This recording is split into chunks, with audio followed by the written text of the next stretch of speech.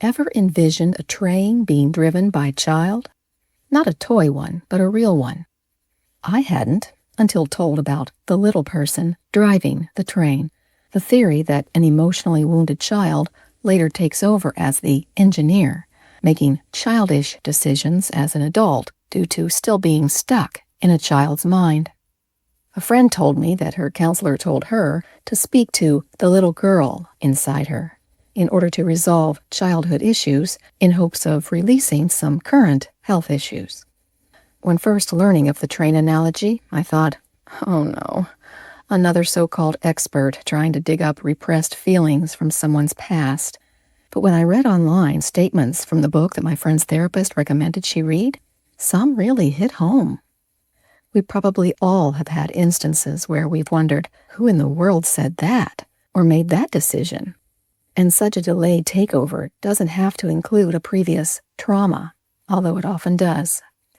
In those cases, the minds of the hurting children are the ones navigating the tracks later in life, a train wreck in the making. In my case, as a shy, sensitive little girl who grew up on stage, there was an odd blend of feeling both inferior and superior. Audiences were smiling and clapping, so it seemed that I was special, and my mommy told me I was, bless her heart. Though she and some other family members doted, I felt far less than special outside our circle. Some humbling grade school experiences had caused reality to set in, a reality that I didn't like. A puppy love breakup in the 3rd grade, which did seem traumatic at the time, confirmed the nagging feeling that I wasn't enough, unaccepted. So I craved the limelight, where I did feel accepted, even applauded. Driven by the desire to override feeling inept and inferior, my efforts didn't stop with dancing. I tried acting, singing, modeling, writing, TV, and radio. I even tried to be Miss America, but I didn't even win the crown of Miss Town. The whisperings in my head after that defeat tried to convince me that I was indeed a nobody. So I stayed on stage to feel like somebody. In my 30s, having grown weary of the stage, I turned to workaholism, trying to find my worth in my work. It soon became apparent that I was still seeking applause.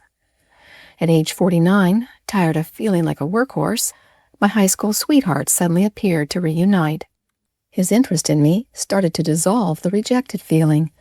I didn't want the new accepted feeling to dissolve, so the mismatched relationship continued long after I knew that it shouldn't. There was indeed a wounded inner child making that choice, like a little person driving the train.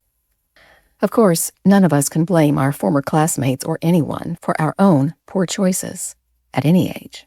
But acknowledging our wounds can help us understand those choices and even forgive ourselves for those choices. Perhaps it's us who don't accept ourselves? Thankfully, God accepts us. We can safely let the Lord drive the train. If we're not careful, the wily foe may actually be driving it, or at least conducting it. Ellen White wrote about that regarding the delusion that was spreading and the results that were shown to her by an angel. And that was in the 1800s. Can you imagine the delusion that's spreading now? Here are excerpts from her statements. A train of cars was shown me, going with the speed of lightning. It seemed that the whole world was on board. Said the angel, "They are binding in bundles, ready to burn." Then he showed me the conductor, who appeared like a stately, fair person, whom all the passengers looked up to and reverenced. I was perplexed and asked my attending angel who it was. He said, "It is Satan.